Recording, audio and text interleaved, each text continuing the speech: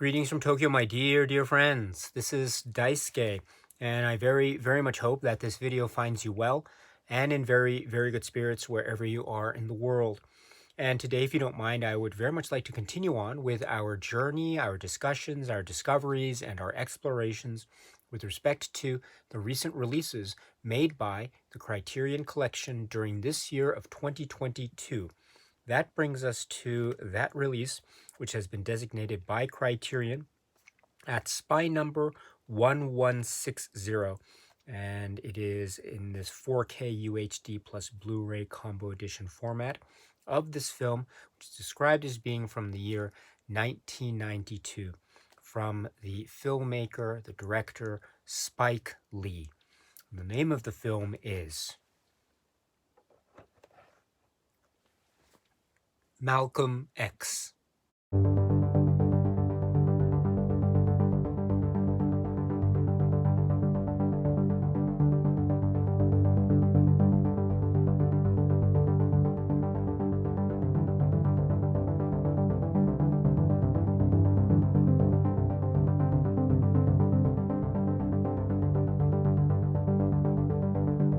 This is the work, the extraordinary, towering, and emotionally powerful work, which is described as being from the year 1992.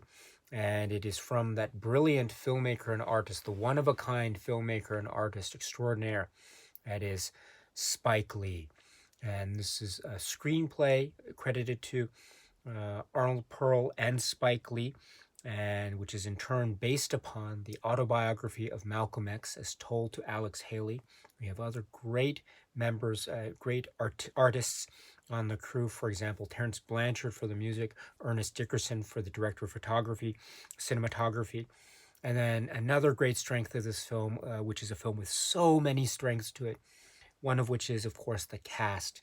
What a great cast this is, included in which are, for example, Angela Bassett and Albert Hall and Al Freeman Jr. and Delroy Lindo and Spike Lee, and yes, portraying the role, the character of this person, this historical figure, this human being, that is Malcolm X. We have the great performance, one of the greatest performances by Denzel Washington in this film, which is, yes, Malcolm X. Malcolm X is in the Criterion Collection physical media catalog in this year of 2022. Thanks to this wonderful release, what I have here is the 4K UHD plus Blu-ray combo edition package. It is a great package with a lot of stuff to talk about as well, and we'll get to some of those details about the presentation, the 4K presentation, and the great supplements that are included in this multi-disc set. But before we get to those discussions, again, in the latter half of this video, before we get to those discussions, let us turn our attentions, if we may, with respect to the plot or story structure of this film, Malcolm X. And I think if we were to try to endeavor to speak about the plot or story in this way, I think we would, of course, perhaps be drawn to the fact that this is a story about Malcolm X. And maybe to be even more specific, this is a story about his life and his say, growth. And when I use the word growth, I use that very purposefully because it is described in, say, the essay, which is part of the booklet, which is a great booklet, by the way. We'll talk about that a little bit later. But it's described, for example, here in the essay. And indeed, it's also described by Ernest Dickerson and Spike Lee themselves, in that they wanted to approach the structure of this film, Malcolm X, to try to show different parts of Malcolm X's own life growing up. And so those parts can be divided up into approximately 4 or so, say, components or episodes or feelings or periods in the life of Malcolm X, the life and times of Malcolm X. And so this is, in that way, a sense of how Malcolm X, as a human being, gets from, say, one part of his life to another part of his life to yet another part of his life, yet to another part of his life, thus leading to, or thus maybe lending itself very nicely to this idea of a film which is showing the growth of a character, the growth of a human being from one stage of his life to another stage of his life to another stage of his life, etc., etc. And I think that is a real great strength of this film, because what it enables us to do as viewers of this film is to really get to know this person, this human being, from a fairly young age. Now, we get one of those episodes or one of those sections of his life that is focused upon is his time as a young man. And his time as a young man, for instance, we see elements of his life in his childhood, growing up, and certain events that he tells us about that could be said also to have a great deal of ringing significance.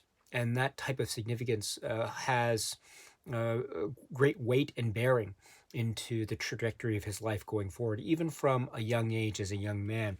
And so part of this journey that we have as viewers watching this film, Malcolm X, is, for instance, to watch him meet people at a young age, get into certain situations at a young age, maybe get into a little bit of trouble at a young age. We see him and his interactions with the people around him. There are interactions that have to do with his own, say, feelings of self and identity, his own, say, feelings of, say, wanting to, quote unquote, make it in the world, fend for himself, have a type of, say, financial stability or some kind of financial success, which may or may not have some roots in maybe innocent or not so innocent criminal dealings and the like. And we get some interactions with other characters that we meet along the way, portrayed, for example, by Spike Lee, portrayed, for example, by Delroy Lindo, etc. Also, during these early periods, we get a sense of who he feels he is and the things that he, at the time, seems to want out of life. And that also has some kind of cross current, directly or indirectly, depending on the situation that he finds himself in that particular subplot of the film, that has some kind of direct or indirect current or subcurrent with race and racial relations, and also his perception of his own race vis-a-vis the people around him, and also vis-a-vis himself. Now, this becomes one of the very critical aspects that is part of the subject matter of the cinematic journey, if you will, of the life and times of Malcolm X, because, as I mentioned, it can be said that this is a film that is divided into various, say, blocks or chapters. And we see the progression from one block or chapter to another as being this way of showing a sense of growth in cinematic terms. Now, another one of those blocks or chapters has to do with his life incarceration, being incarcerated. And during this long period of time, the struggles, both physical, mental, and emotional, and indeed spiritual, that he experienced, and also how he was able to find solace or comfort, or to confront those particular issues or troubles or circumstances that are very, very harsh on the one hand, and also by means of finding, say, solace or comfort, he's able to, and based on the people that he meets, he's able to maybe find influence or be influenced, again, depending on how one reads these particular sections of the film, into the mode of a different mode of his life or different chapter of his life, which can be said to be the point in time where he encounters and he becomes involved in the Nation of Islam and Elijah Muhammad, and he creates this persona that is very public and that is very much, when I say creates, this becomes again let me take that back, not necessarily creates, but really grows into a different phase of his life. Let me put it that way. Again, phases or chapters or tapestries, as Ernest Dickerson and Spike Lee had put it.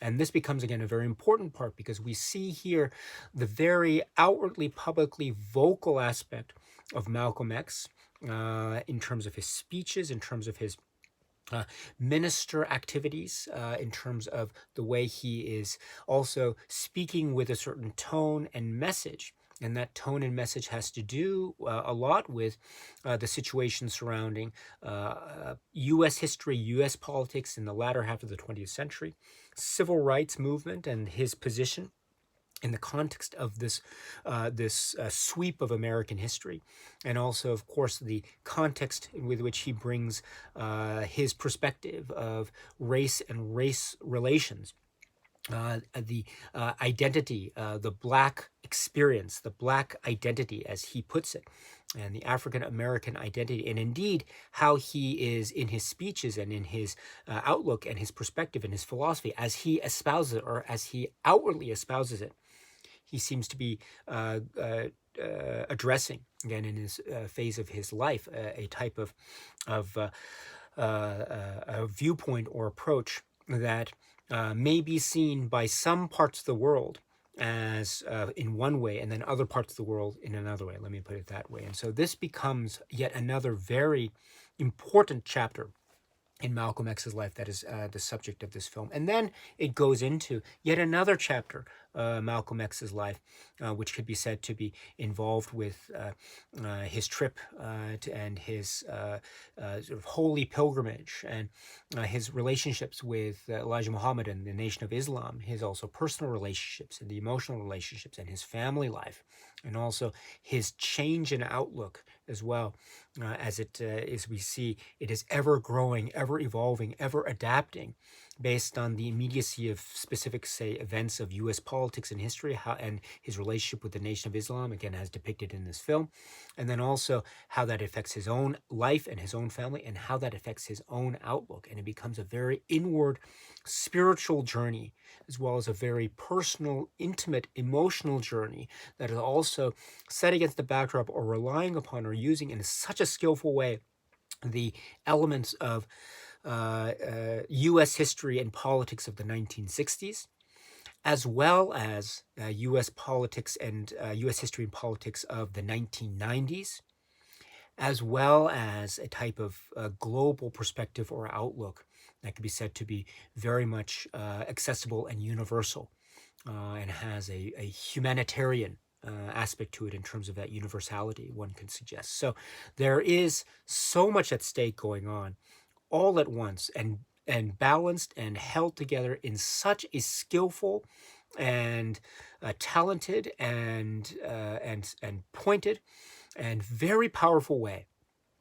All these elements are taking place over the span of this running time, and we as viewers are always caught up. We are always absorbed with the story. We are always with these characters, and in particular, that has to do with a lot to do with, well, many factors. One of such factors being, I think, the immediacy and gravitas and the power of the performances that we're talking about here. And then this is a great opportunity then to speak a little bit about this type of transformational performance by Denzel Washington. I mean, this is one of the great performances of his generation, one can say. It is one of the great towering acting achievements, one can say. This is a true feat of acting prowess. It is like a juggernaut, an artistic, a cinematic juggernaut. It is so many things at once. And when I try to describe the way that this film is organized in terms of these chapters or blocks or units, and the growth upon which we go from one phase of his life, one chapter in his life to another, that alone suggests that we're talking about the lifespan of one individual. And one can imagine how much change, how much, say, development, how much evolution, how much growth one experiences in over the course of, say, a number of years, let alone an entire lifespan. And so this idea of change and adaptability, and the way in which human beings go through life, go through the years, not always being constant, but always reacting, always acting, always feeling, always sensing, always loving and living, and everything and all the changes that those elements suggest are all, I would say, wrapped up in this great performance by Denzel Washington as Malcolm X, while also hitting all the points in terms of, say, mannerisms and style and looks and facial gestures and physical composure. That is very suggestive of the historical figure and person of Malcolm X, who is, of course, a figure and person from history. So we are relying, therefore, on our own knowledge of history when we watch a film like Malcolm X. But at the same time, we are marveling and truly in awe. I feel that way, that's for sure, when I see Denzel Washington truly inhabit this role in this spiritual, soulful way. His heart and soul is truly in it. His body and soul is truly in this, and you can feel it coming out, emanating from the screen as you watch it. And it's one of the great performances of the age. So to have this fully embodied and captured for all time is truly a great thing indeed, one of the great things indeed of this great film Malcolm X. And there are indeed other aspects of this film that sing, that are truly powerful and ring with a sense of earnestness and honesty. Now, I mentioned too that this work by Spike Lee is a very emotional film and a spiritual film. Now that is something I think I want to emphasize as well. This is a film that has a lot of heart.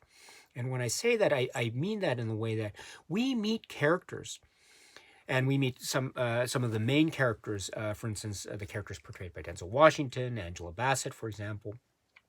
And we get to know and be with them and be engaged with them and who they are and their love for each other and the tensions between each other and the family life and all that implies and more. And so we really get a sense of who these people are, these characters are, these human beings are in the course of the film in a very intimate and emotional way.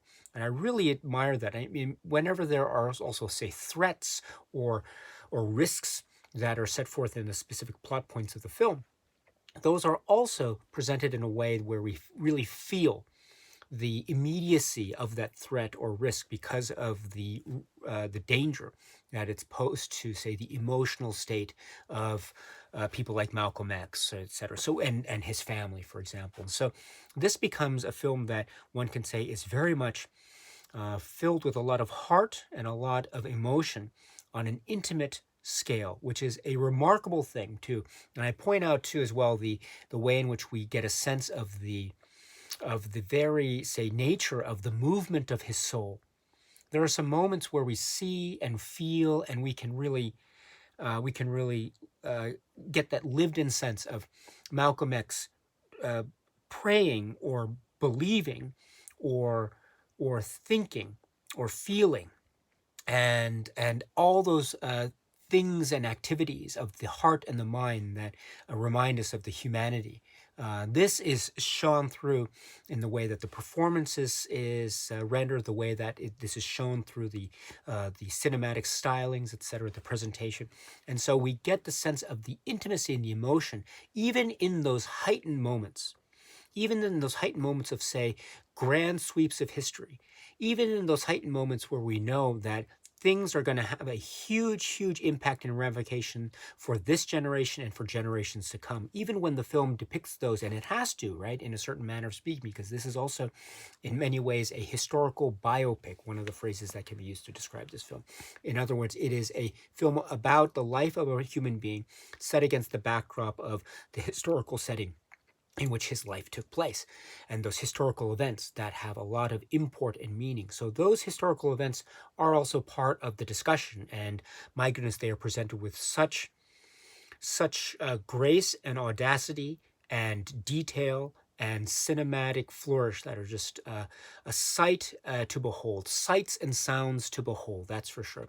But even, I would say, in those grand heightened moments of intense historical significance, let's put it that way, there are moments where the intimate details shine through. Now, I don't want to get too specific here, because I know maybe some people have yet to see this grand, miraculous film that is Malcolm X, but there is, let me just be very brief, there is a moment, for example, where we have, at a point of real, one can say, intense historical significance, a very important historical moment, we get a shot of a character that is smiling. There's a very slight smile that creeps through It's almost it's so quick, it's almost imperceptible, but it's there. And it's those sorts of details that remind us that even in the moments of the grand sweep of history, we have human beings at the center of them. And we have human beings with hearts and souls and minds and bodies and feelings. And it is their reactions or interactions that form the very basis of the reason why these historical moments have the grand sweep that they do. So this film in that interaction reminds us of that in such a bold and poetic and really moving way. So I really admire that approach in terms of the focus on the intimate and personal and emotional and spiritual. Now, at the same time, and I just mentioned it now, there's a way in which it is focusing in on the grand sweep of history. There are, say, reenactments of certain historical events or speeches. There's also almost this type of active recreation or a suggestion or homage or respect, if you will, because we also have not just the depiction of actual historical events, but we also have the depiction of actual persons of history. And so we have, alongside the performance of Denzel Washington, some of the great performances, Angela Bassett and Delroy Lindo and Al Freeman Jr., just to mention a few. Their performances are a just a testament to how strong this is, again, showing the intimate and personal at the same time as conveying the historical and the grand sweep, the macro and the micro, all at once. And it's shown through in the performances. It's also shown through in the way that Spike Lee and company really balance these two levels, these two planes, with such skill and grace, and it's truly remarkable indeed.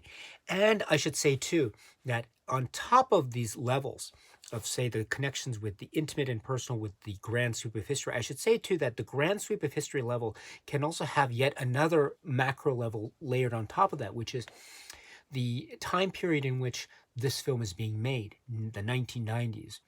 And so we can get a little bit into this, a little more into this when we get into a discussion of some of the supplements that are included with this Criterion release, of course. But let me just mention very briefly here that one thing to keep in mind is this is a film that's made in the 1990s.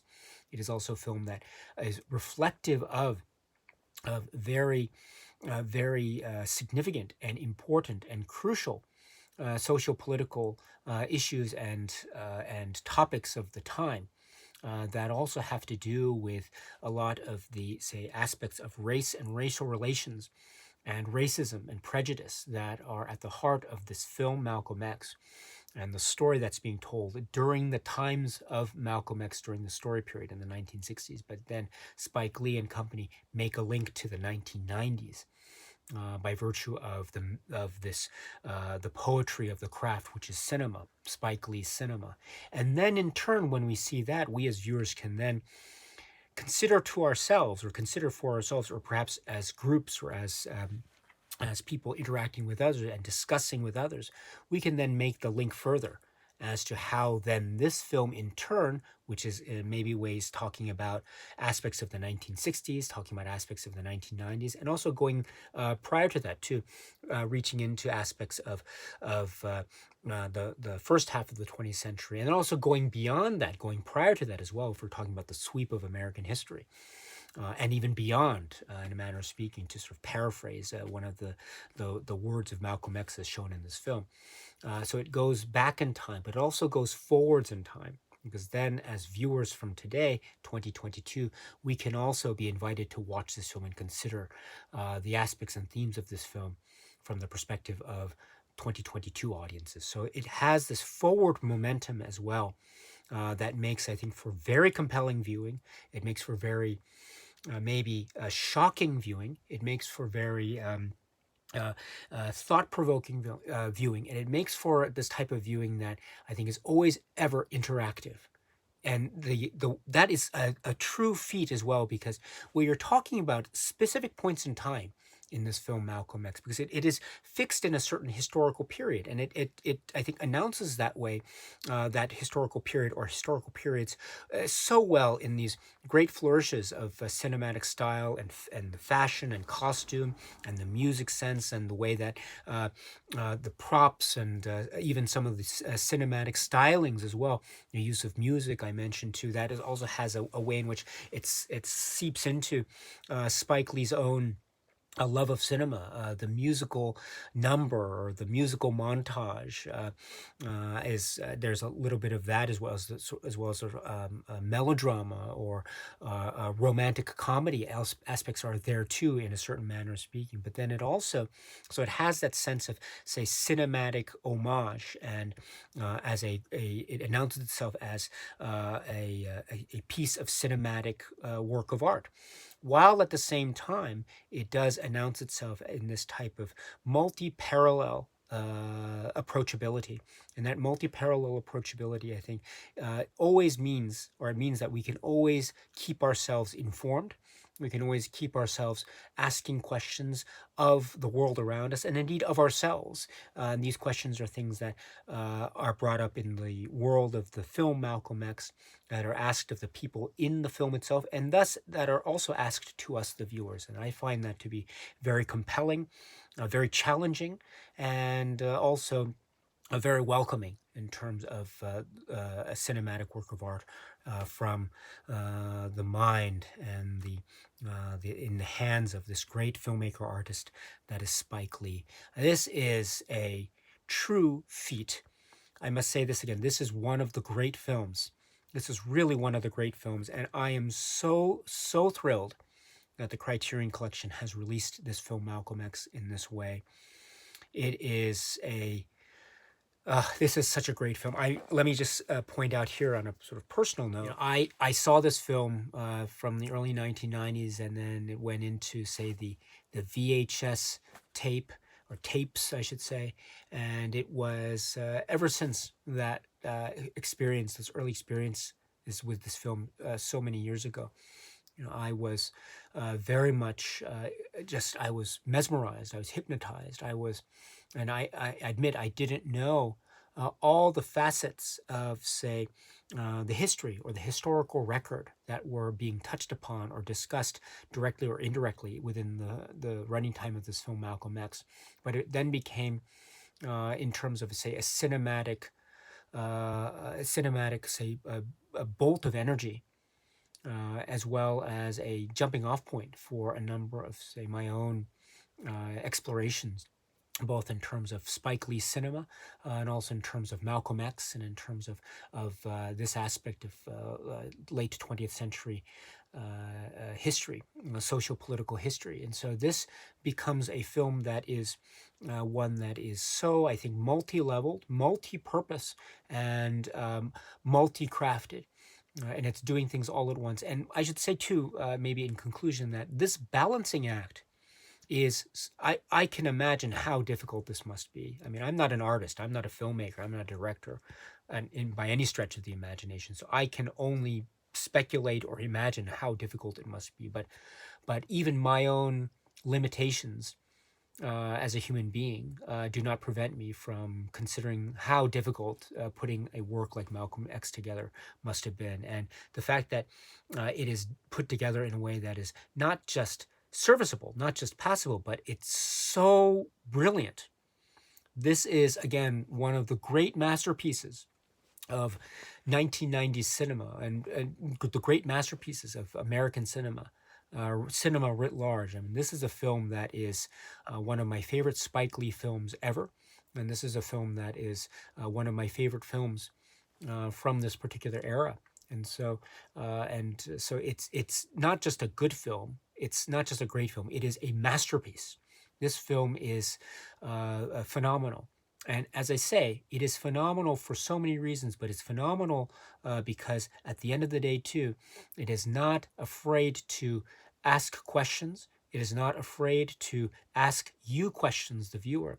And you as the viewer, or I as the viewer, might not necessarily be able to answer those questions. Or maybe I might come to a conclusion that might feel somewhat, say, uncomfortable to me, or maybe I might come to a conclusion that maybe I'm not necessarily seeing in terms of how I view the characters interacting at a particular point in time. But remember, coming back to what we started with this conversation, one of the things that, say, Ernest Dickerson and Spike Lee did mention too was the idea of the way in which we see the trajectory, the journey of a character.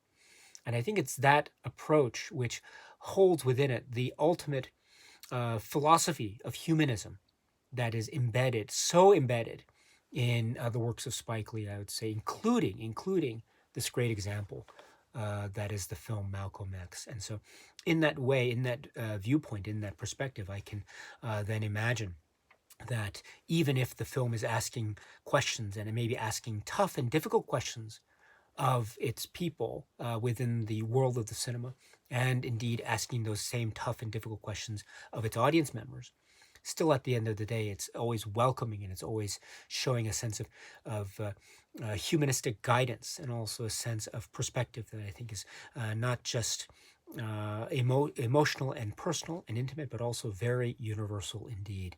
And that is why I love this film, which is Malcolm X.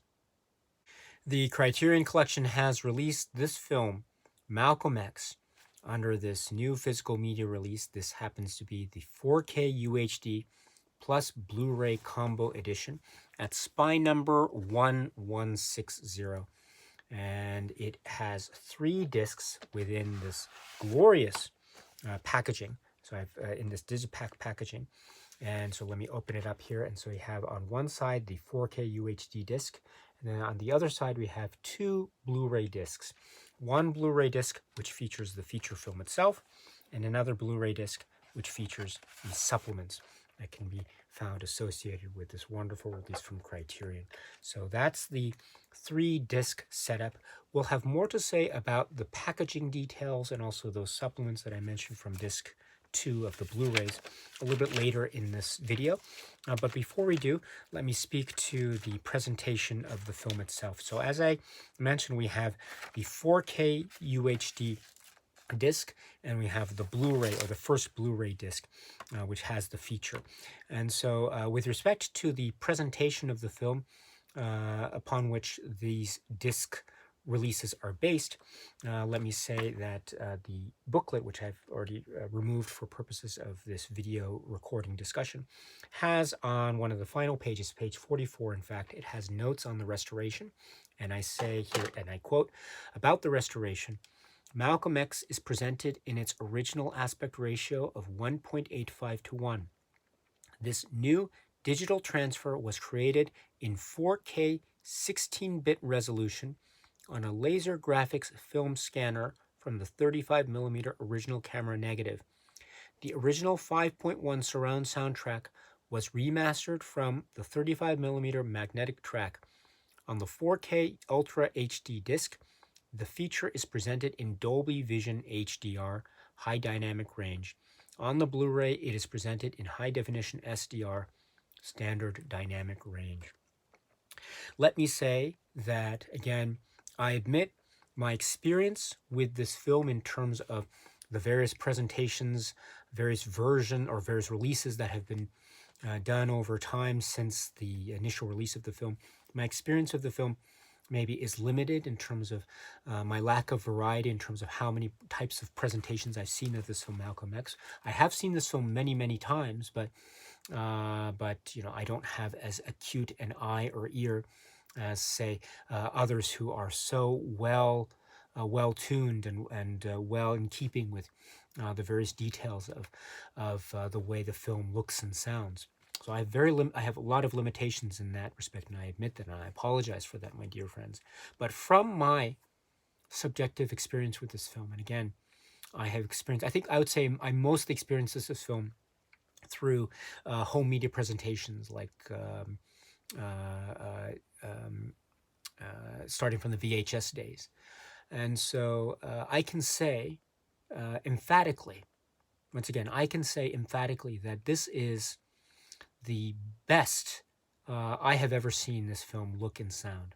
This is this is a real this stuff of physical media glory, and I would say that this is one of the reasons. I have my share of 4K UHD titles, of course, but I don't have a full library of 4K UHD, and so I'm still very much a kind of newbie when it comes to the format.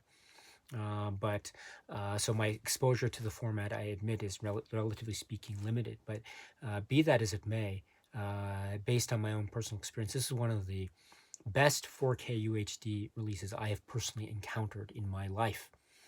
And so I am so thrilled with this. And the reason why is because I feel like there is a sense, how do I explain it? But there are different, one can say there are different color palettes or schemes of visual cues that accompany these various chapters of the life and times of Malcolm X, as we've seen it. Again, we've described, or one way to describe this film is a film that is the story, the life journey of a character through various situations in his life, various periods of his life.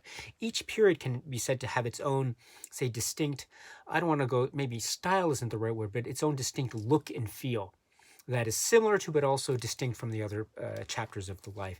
And I think that is so integral to a type of being absorbed and engaged with this film.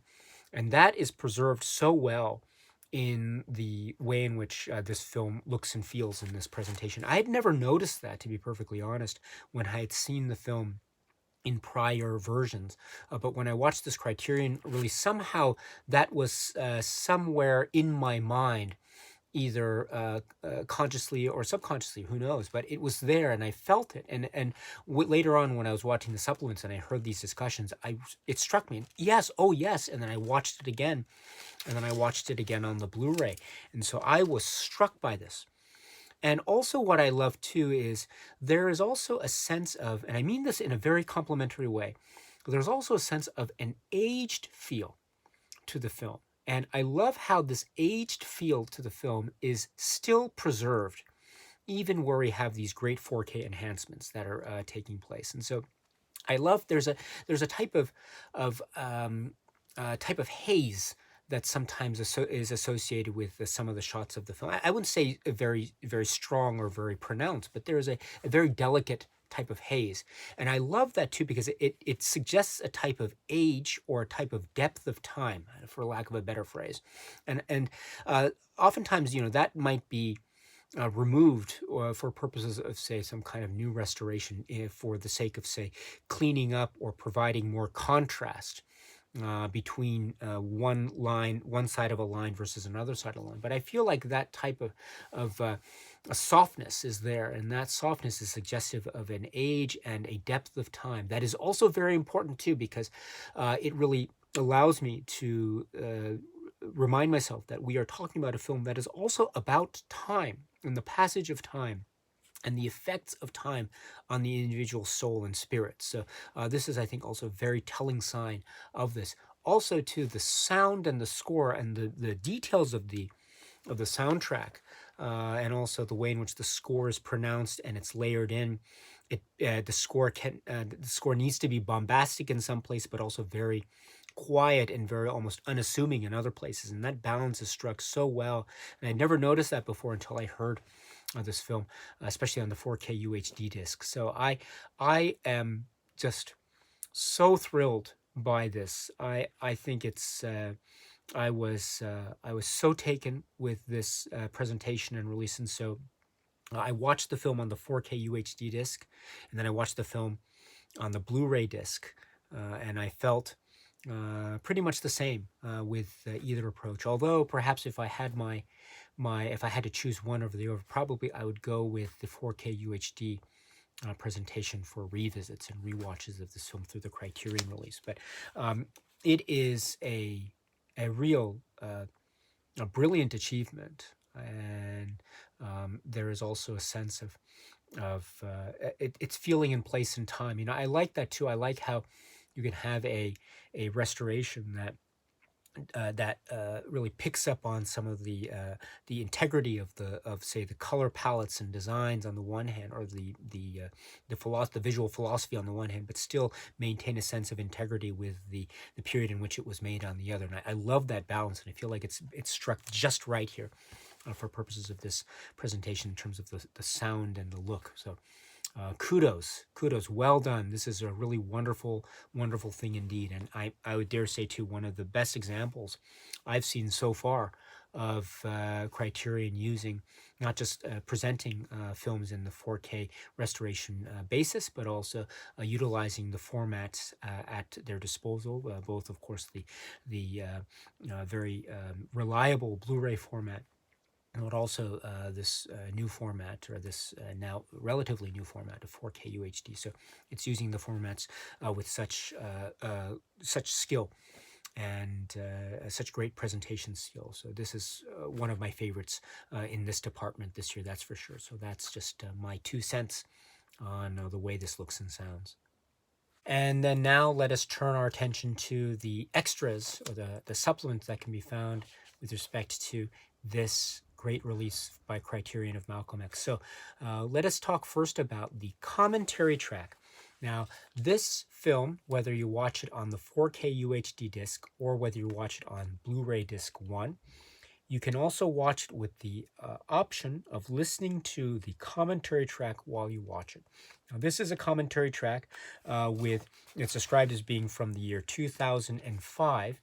And so for those who have had, say, previous physical media releases of Malcolm X, you may have already watched the film with this commentary track. But for those who haven't heard the commentary track, now is your opportunity to listen to it, as this is another great one. This is with Spike Lee and Ernest Dickerson, and also Barry Alexander Brown and Ruthie Carter, etc. So Barry Alexander Brown, editor, also second unit director, and also Ruthie Carter, costume designer, and Ernest Dickerson, the cinematographer, and Spike Lee, director and co-writer on the screenplay. And so we have here a great commentary track. I'm so glad this commentary track is now still made available for purposes of this. And once again, you can hear the commentary track when you watch the feature film on whatever disc you choose. But if you have the opportunity, please watch the film with this commentary track. It is great. And once again, I'm so glad it's being made available here again. We talk about, or we hear these great people talk about things like how, for instance, Spike Lee wanted to have a big production. This was his chance to make a real big, almost Hollywood production. And you get that from the opening moments, or one of the opening shots that leads us out of the opening credits. And so this idea of a single take, which is this huge sweep of a scene, a historical scene, and also taking us into this world that is also occupied and also borrowing from, as I mentioned, great images and musical scenes and Hollywood golden age, in a manner of speaking. And it reminds us too, and Spike Lee mentions this here and elsewhere, that he is a big fan of these films. Minnelli musicals or Stanley Donen, and it's here, and there are aspects of that here. There's a sense of the cinematically playful, and I also love that too about Spike Lee, how he is able in this and other films, he's able to inject that or intertwine that or weave that in, his love of cinema.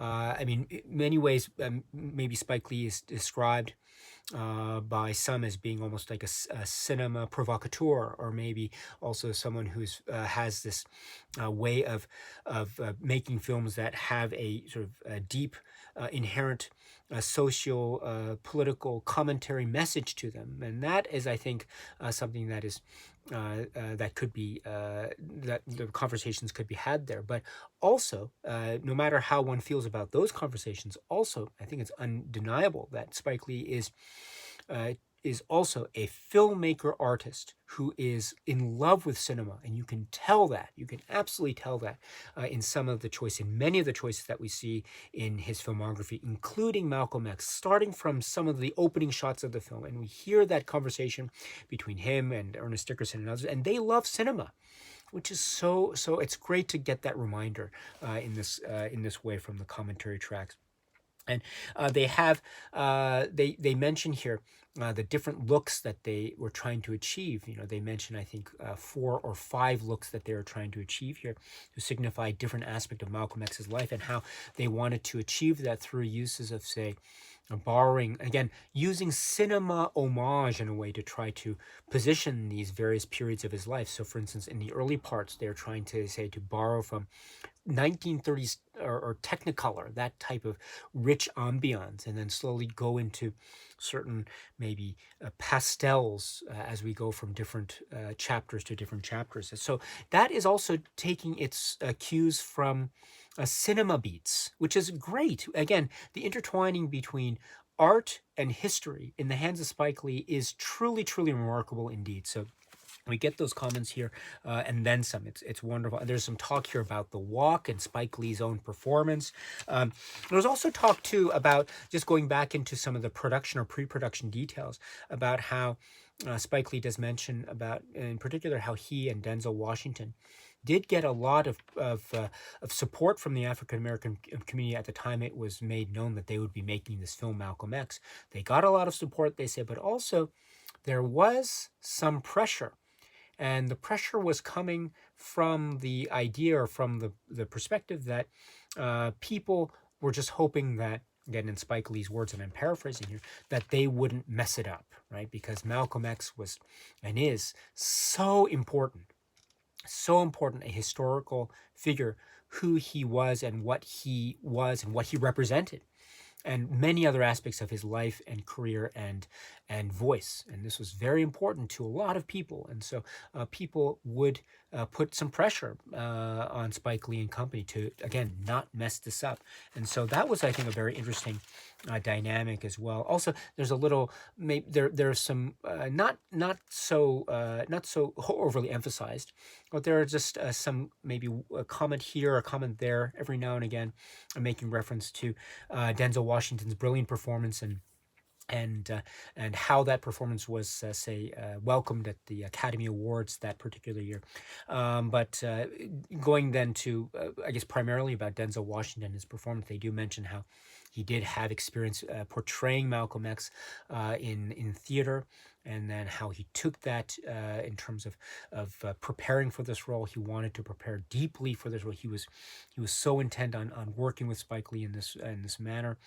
And so the just the mannerisms and the look and sound, it's incredible, absolutely incredible. And it's mentioned, I think, elsewhere in some of the supplements, about how there were some moments where Denzel Washington was so inhabiting Malcolm X that there was of course, there are moments where we hear and we see the speeches of Malcolm X as he's delivering them in front of live crowds. But there's also a particular moment where we understand that he was ad-libbing in the voice of Malcolm X, but he was ad-libbing, which is a truly remarkable feat when one thinks about it, when I think about it, about how that means he had to be so invested into this human being to be able to portray him in this way, so as to be able to speak in his own voice and be him while saying words that were essentially ad-lib, which is a remarkable thing. So that is, I think, just great stuff.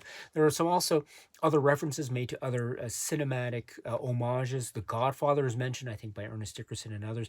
Ace in the Hole is mentioned as well, with a particular shot that's really wonderful.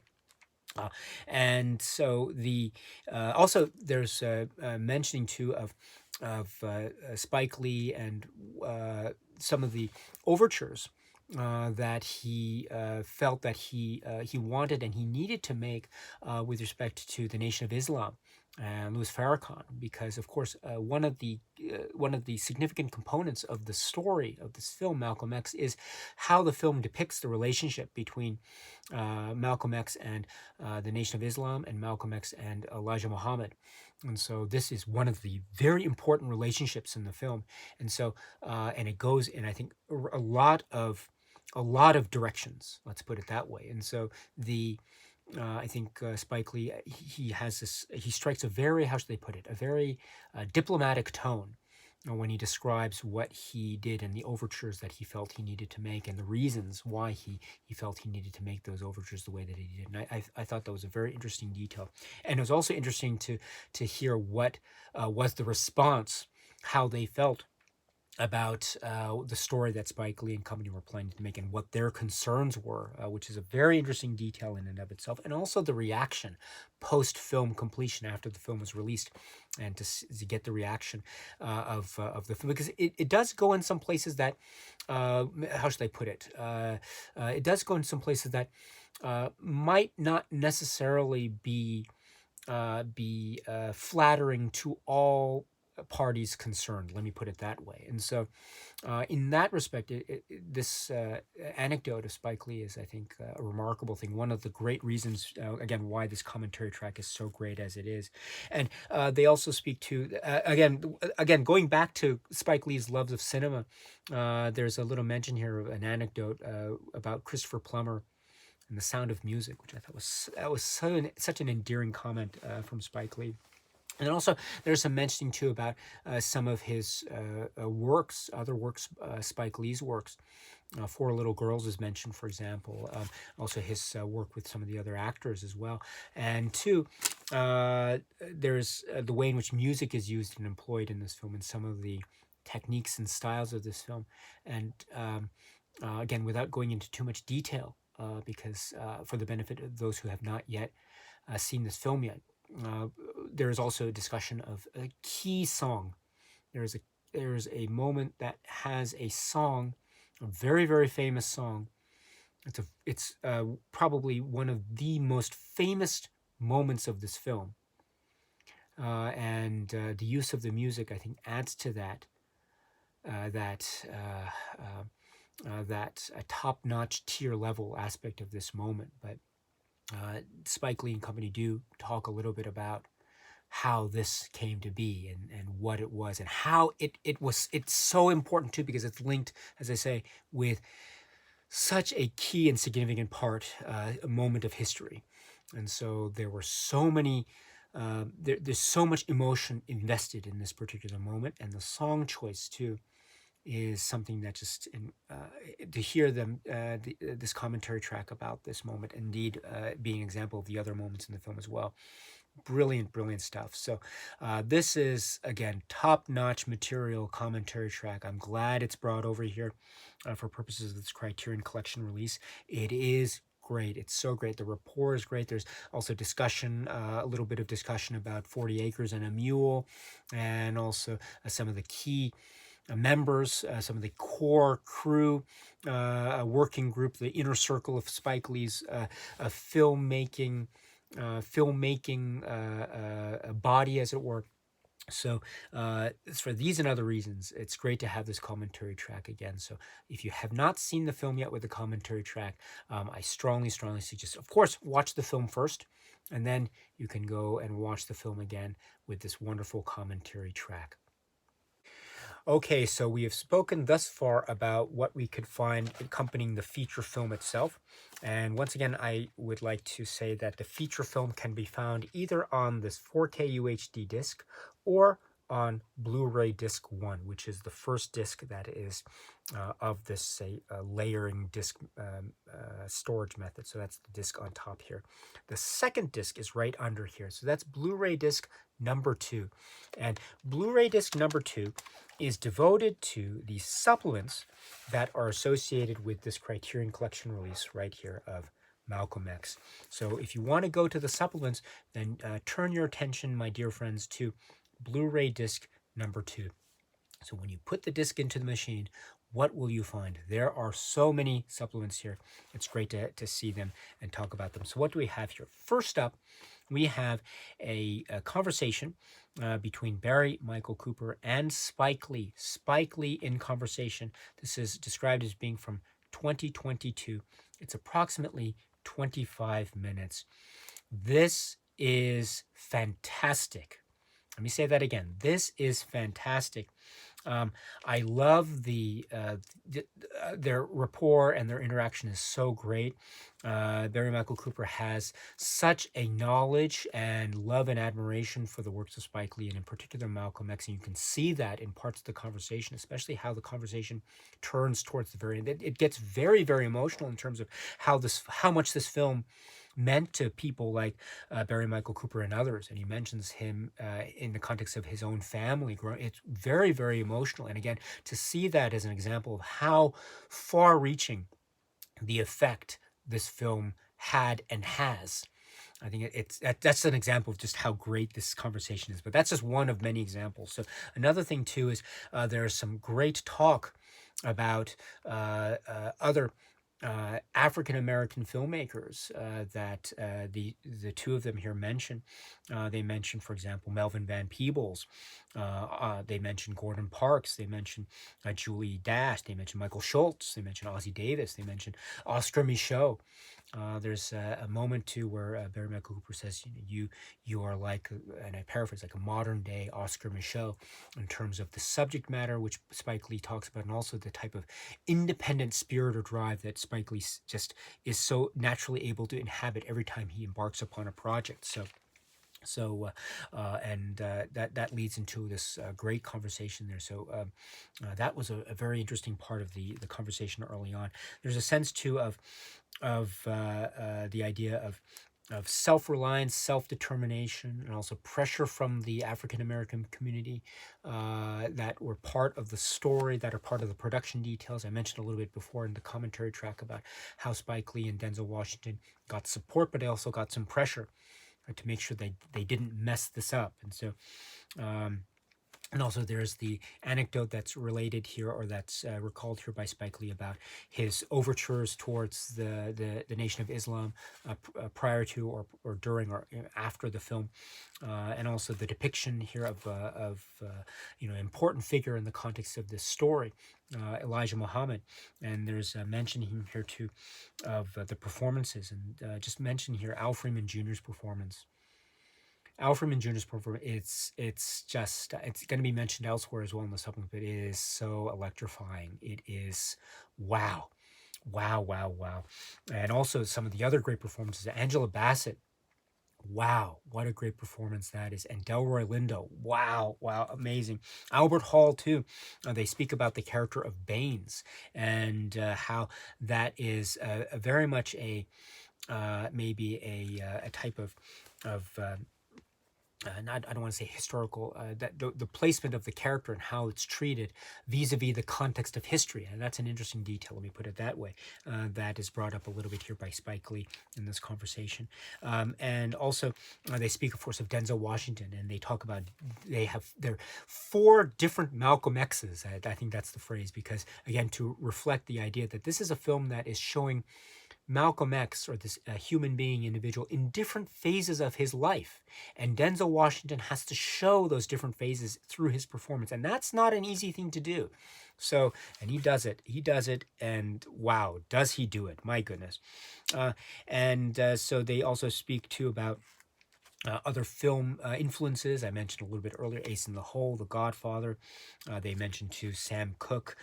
They mentioned to working with Ernest Dickerson, and the contribution and the working relationship that he has with his fellow artists that he worked with on Malcolm X here, and other points in his filmography, Spike Lee's filmography. So this is a great conversation to watch, to listen to enjoy, to just be there, just sit and listen to these two gentlemen speak in these terms, in this way. It's what a great conversation this is. So this is the first supplement here, Spike Lee in Conversation, from 2022. So a Criterion supplement, produced supplement, approximately 25 minutes. So that's really great to have.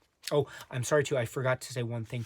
They do mention too, or Spike Lee mentions too in this conversation, and it's also mentioned elsewhere, about how the timing of first showing this film, the assembly film, to the execs at Warner Brothers.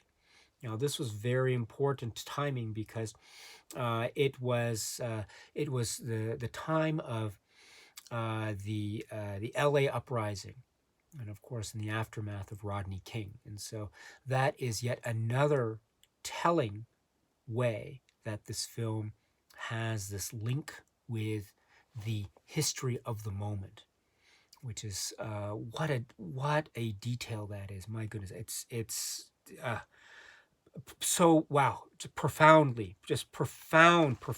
in any event, that is one thing, that another reason to watch that great conversation again. It's approximately what did I say here? Approximately 25 minutes.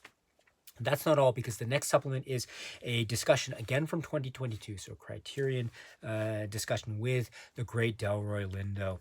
And Delroy Lindo was mentioned here also for good reason, because he plays a very key character, a very key person, somewhat early on in the film. But this is West Indian Archie.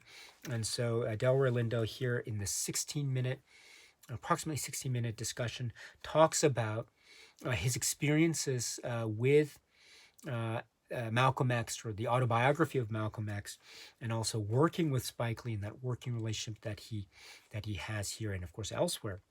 And he makes point to about his reaction, and also reactions of other people in the cast and crew when they first got a glimpse of Al Freeman Jr.'s performance as Elijah Muhammad. And it was like, it was just it was just a remarkable transformation, uncanny, and just genius levels.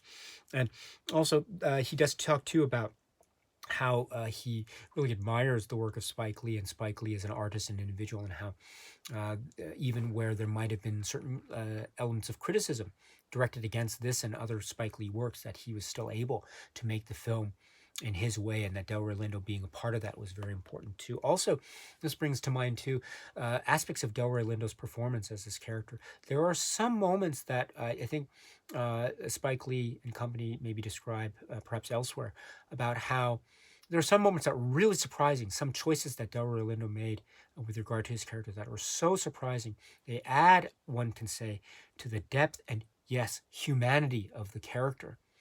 There are some choices that could have been throwaway. They could have been just uh, there and gone in an instant. But there's a way in which Delroy Lindo and the choices that he makes really allow us, the viewer, to linger, or to have the character linger in our hearts and mind. And even there might be moments where we might feel somewhat ambivalent about the character's actions, etc. But this we are still being shown the humanity of the character. And that's another example of how this film Malcolm X is also about showing the humanity.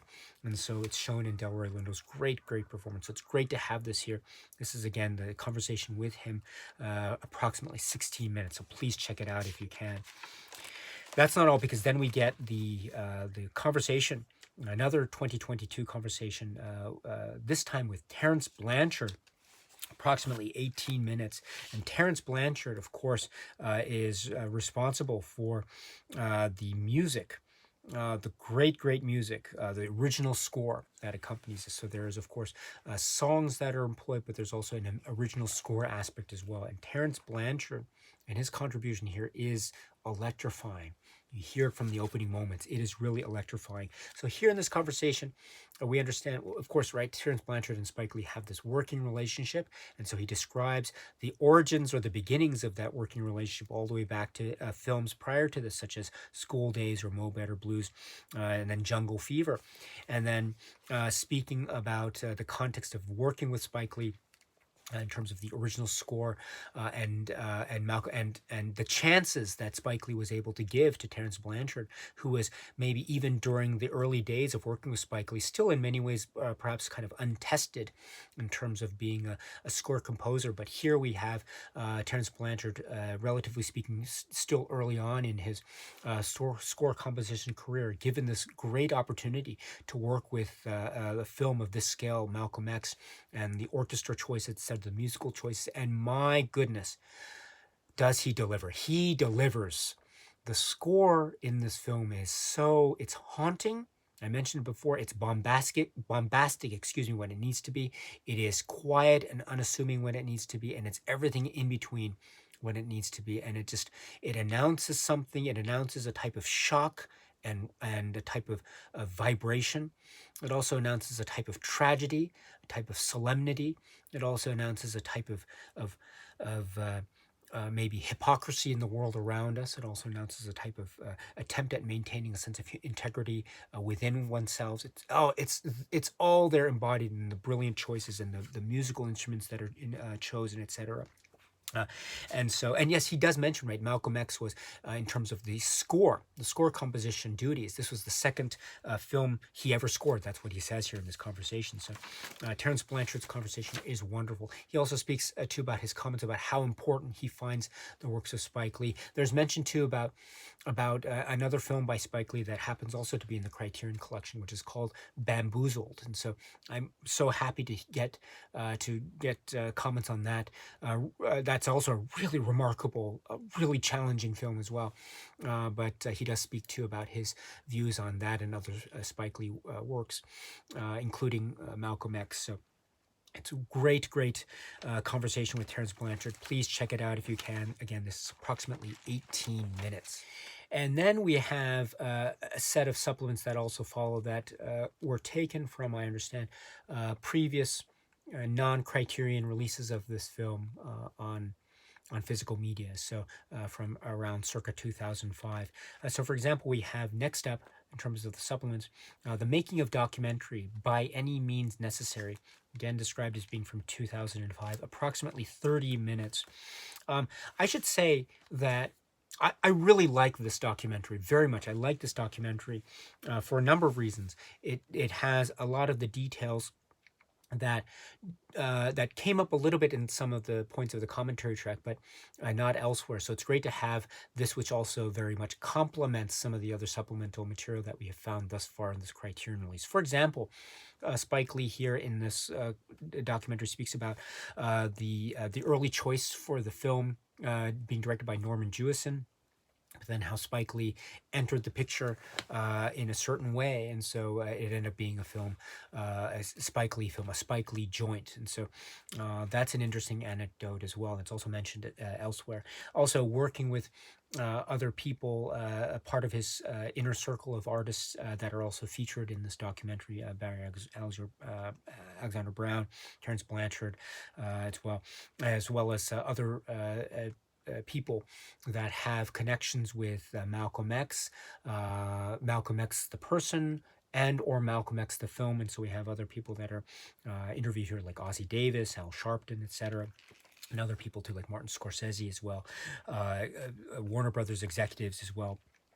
And so there are some great details too about, again, the love of cinema, Lawrence of Arabia, watching Lawrence of Arabia is mentioned here. But also, as I mentioned earlier, what I really love about this documentary is how candid it is. It's very candid. There are some moments where they talk about like budget concerns, and they talk about how the studio didn't really, it wasn't wasn't always an easy relationship between the studio and Spike Lee, for example, and how this would still maybe encourage Spike Lee to try to make the film that he wanted to make. I mean, it's in the title here. It's also, this is taken from the words of Malcolm X, I think in a very apropos way, by any means necessary. And so this has a way of showing us in a documentary, very candid, quite honest, maybe even more honest than some studios might want to show. And I find that in many respects very refreshing. And some details too, some really deep dive details about budget and finance. And if certain finance didn't happen, that could have risked shutting down the entire production overall. So this is a real, I think, it goes into the nuts and bolts of Hollywood filmmaking. In a way that still does it in a way that's very understandable for the novice, like, say, myself. So I like that, and it doesn't shy away from talking about things that probably might be said to be quote-unquote controversial in terms of some of the production history and details. Still, it makes for very compelling making indeed. So I am very, very much impressed with this. So I'm very glad it's here as part of this particular setup here. So that's the first thing to keep in mind, which is the By Any Means Necessary documentary from approximately 2005, approximately 30 minutes. And then continuing on for supplements that we might have seen in prior releases, there is a section of deleted scenes, 9 deleted scenes with a Spike Lee introduction. This is approximately 20 minutes, and so we get a sense here, again, like deleted scene sections are, we get a sense of what could have been and what was left on the cutting room floor in a manner of speaking. So it's good to have this component here as well. Very enjoyable set of deleted scenes, very intriguing as well. And then continuing on, which is something that was found in certain edition releases, multi-disc releases, not all, but certain edition releases of Malcolm X prior to the Criterion release, but now it's here, and it's here to stay in terms of this Criterion embodiment. That is Malcolm X in his own story as it really happened. This is Arnold Pearl's work from 1972. This is approximately 1 hour and 31 minutes.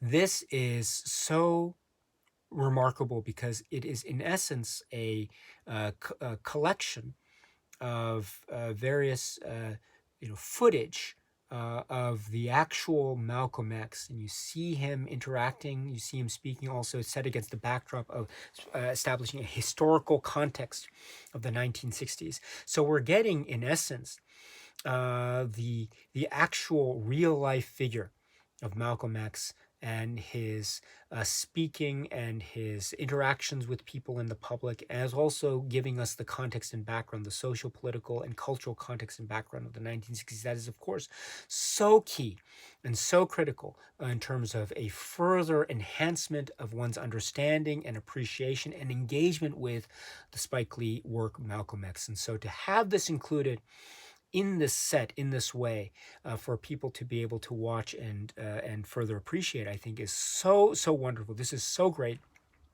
Again, too, because one of the interesting aspects of Spike Lee's work is how it interacts with history, how it is also a thing of cinema as well as its way of interacting with history, and I think it balances that quite effectively, while also acknowledging itself as being a work of cinema, a work that is created, that work that is very much a product of a type of production machine. So that's one way of looking at it. So to have, therefore, on balance, this, and I think Spike Lee and company do acknowledge this, and they acknowledge this in terms of the craft of cinema making, in terms of the homage to past works of cinema that they mentioned, he and Ernest Dickerson and others. So it is, on the one hand, a work of cinema, but it is also a reminder of history.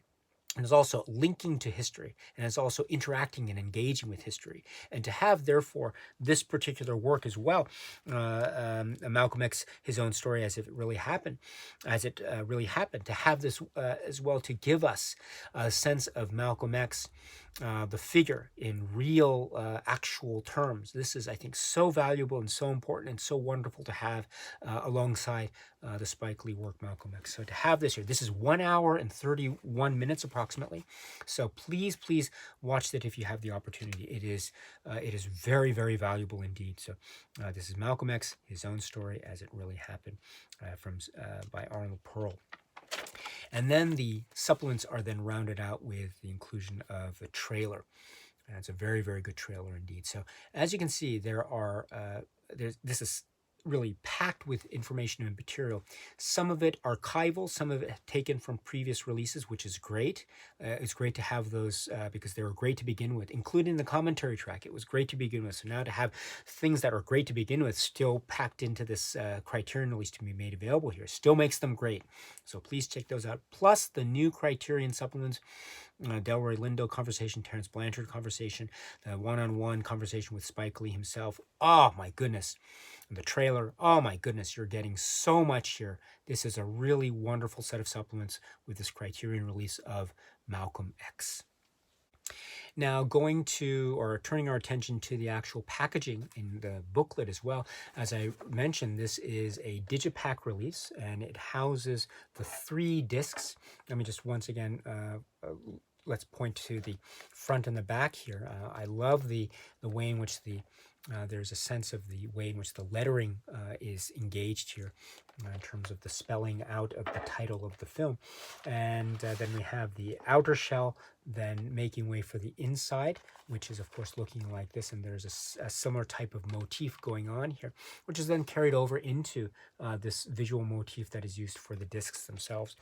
So I am very impressed with this particular packaging. I think it goes, there are always many choices I think one can make. I can assume one can make with the type of design or style choices, which again are also carried over into the booklet here as well. But I love the visual motif that's being engaged with here, very much so.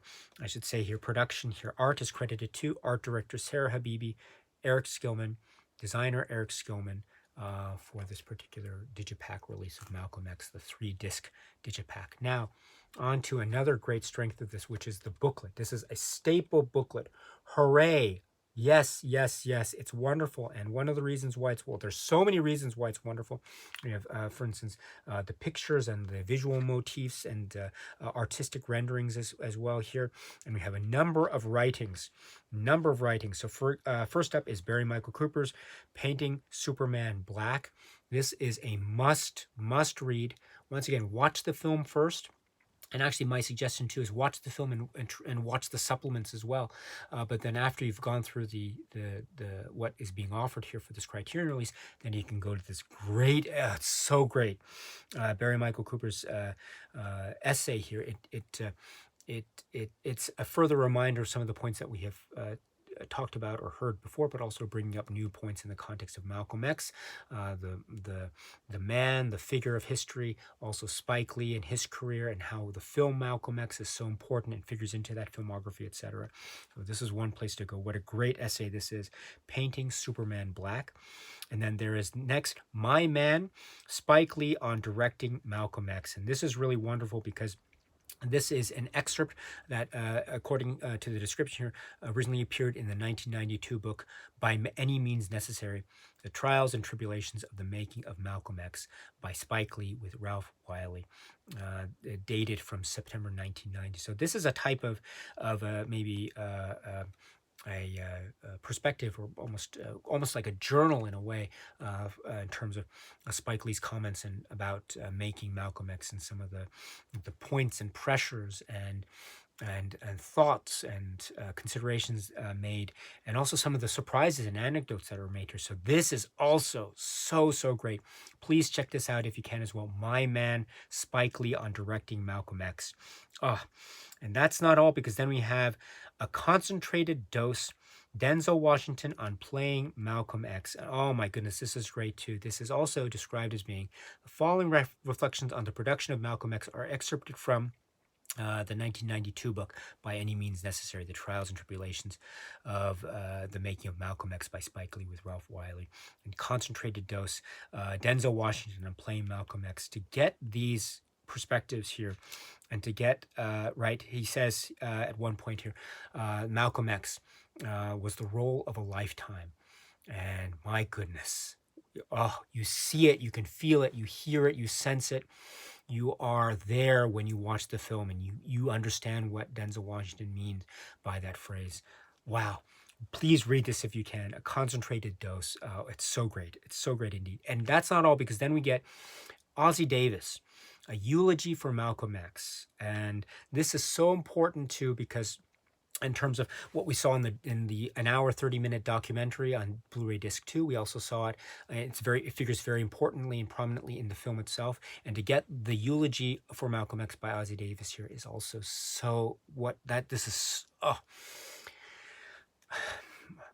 this is great. This is such a great booklet. So please check it out if you can. This is so wonderful. Again, my strong recommendation is to watch the film and then the supplements if you can, and then you can go to this great booklet. This is great. And it rounds out a great release from Criterion, Malcolm X. Wow. Once again, wow. One of the great highlights of 2022. Please check it out if you can. Oh, this is really wonderful. The work by Spike Lee, Malcolm X.